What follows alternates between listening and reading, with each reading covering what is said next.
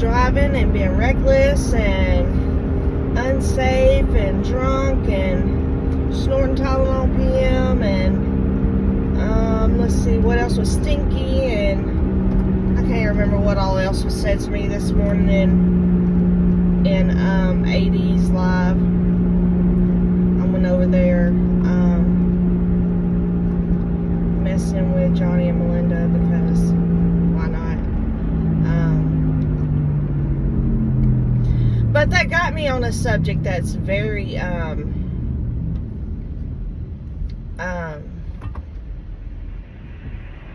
what's the word I'm looking for? It's very sensitive subject for me. And this is not a joke video. Everyone knows I'm an adoptive mom, and this is, I'm gonna mention her name. This is Melinda. Signed her rights away to some of her kids. I don't even know how many, and I don't even care. And I do say things to her about that because I do know how that works. So I sat in court with my kids, and I won't give details about their adoption because it's not my story to tell, and it was not pretty at all. But when you sign your rights away, it's not a quick process at all. I don't know if anybody's been to juvenile court. If you haven't, oh my God, I hope you never go to juvenile court because it is the most heartbreaking experience I've ever had in my life. Every time I had to go to court, and I had to go to court so many times, I would cry, I would throw up all the way there. I'd call my mom, and I would be terrified every time I went because it's so up in the air. Juvenile court is set up for parents. It's so easy. Guys, it is so easy for parents to get their kids back, especially moms. CPS, which is Children Protective Services, they call it different things in different states, but it's all Children Protective Services, is set up for parents. It's not set up for kids. It's called Child Protective Services, but it's not about the kids. It's about the parents. And it is set up to reunification. That's their main goal, is reunification. And hey, I am all for that if it's what's best for the kids. That's what it's supposed to be, the best interest of the kids, which is why they assign guardian ad litem, which is an attorney for the best interest of the child. But a lot of times it doesn't work out that way. A lot of times it's not what's best for the kid. It's just saving the state money and giving the kid back to the parent. But a parent only has to have a stable job, a home, and bills that they pay regular to get their kid back.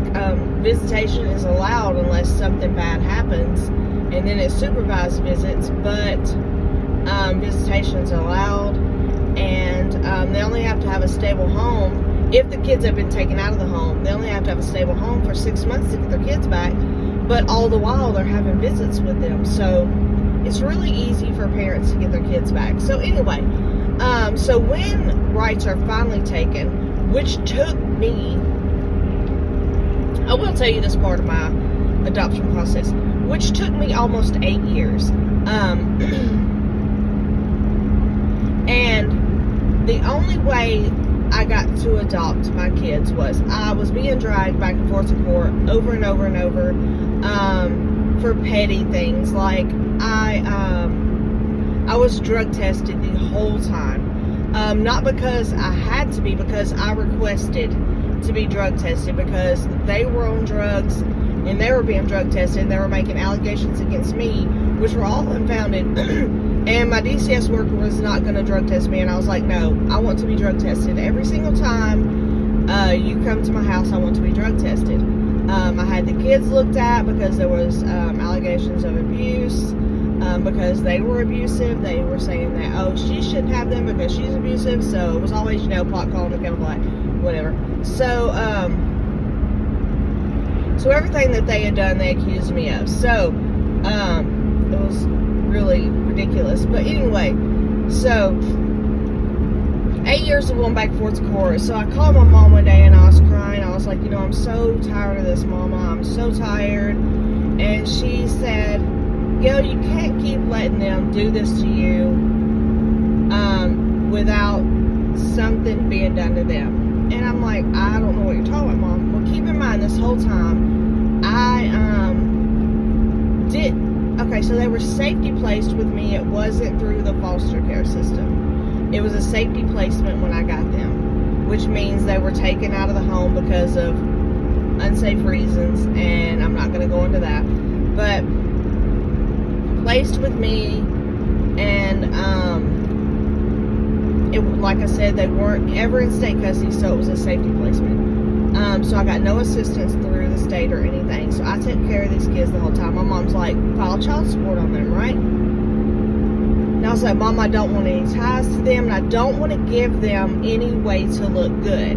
So I didn't want them to pay the child support and to look good in the state's eyes. Do you see what I'm saying? I didn't want anything that I did to make them look good like parents and give them a leg up. My mom's like, Gail, come on, they're not going to pay it.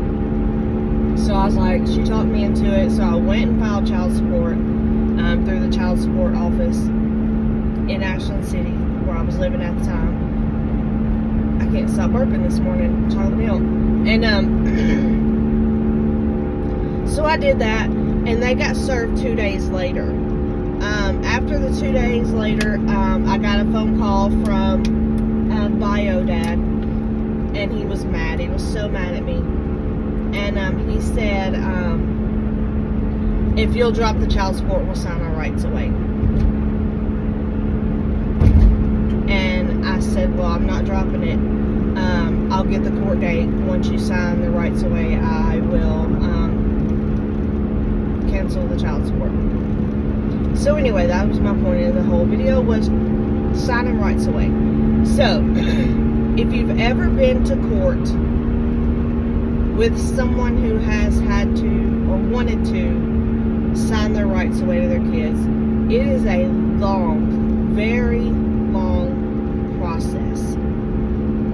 And you're not even in court with a lot of people.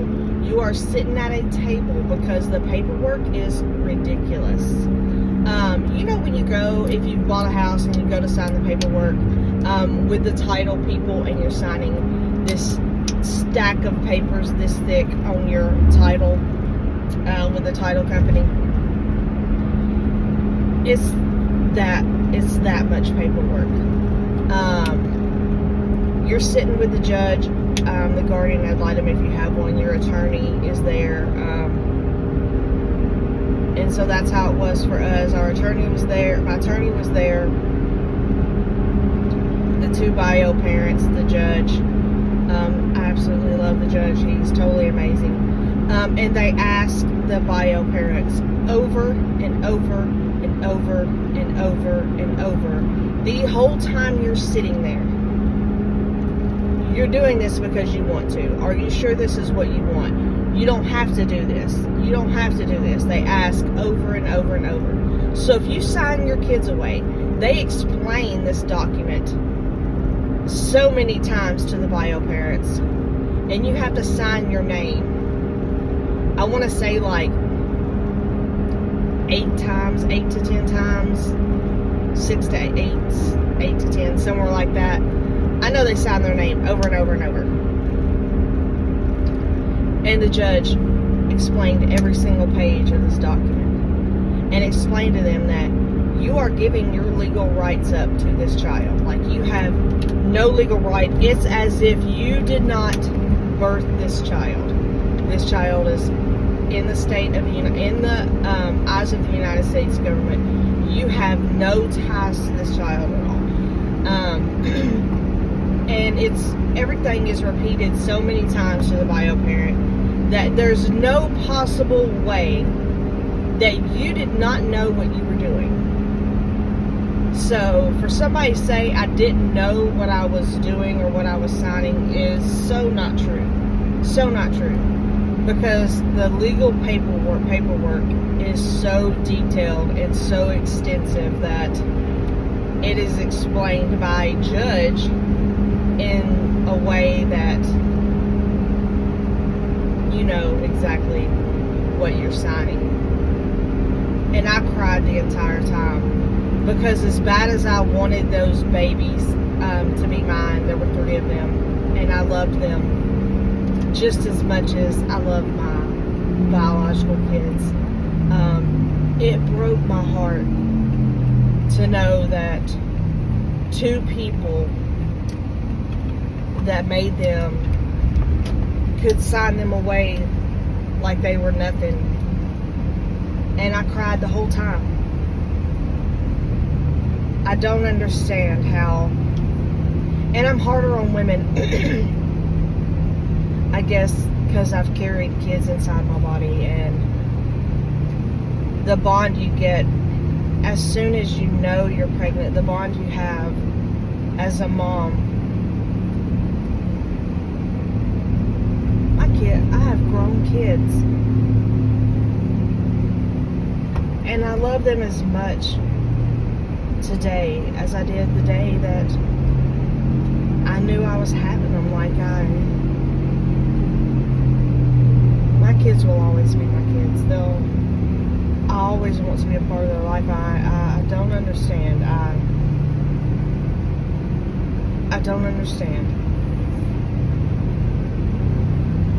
I watched these 2 people sign my babies away like they were nothing.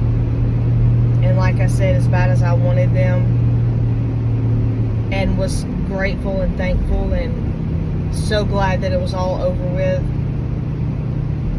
it broke my heart for my babies. Because somebody in the world didn't love them as much as I did, and I didn't understand. It showed me a whole new world that I didn't want to be part of, where kids just meant absolutely nothing to really bad people. Really bad people. And my babies are precious. They're little shits sometimes, and they can get on your nerves like teenagers do, but they're my babies, and not a day goes by that I'm not thankful that they were born and that they're here and they're with me, and I believe they were made for me, and there's nowhere in this world I would rather than be. Nowhere. But to say that you didn't know what you were signing is a crock of shit, because I have watched that process, and you can tell that lie to somebody else. You know exactly what you're doing when you sign those papers. And your kids will know one day. I still have the papers sitting in my closet, because I know the day is going to come when my kids know they're adopted. And the day is going to come when they ask how everything went down. My 2 older ones know. My younger one, she doesn't remember a lot. My older ones do, and they have some really, really bad memories. But there's still some things that they don't know about legal-wise. But I have a whole box, actually it's not a folder, of documents, because they have a right to know when they get the right age what happened, and I don't lie to them. I'm an honest mom, I always have been with my kids, and I'll be the same with them,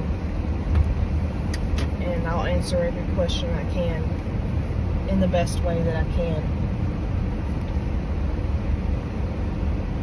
because everybody has a right to know how things come about and how they end up where they are, because I don't want them to have open-ended questions where they don't have answers. That's not fair.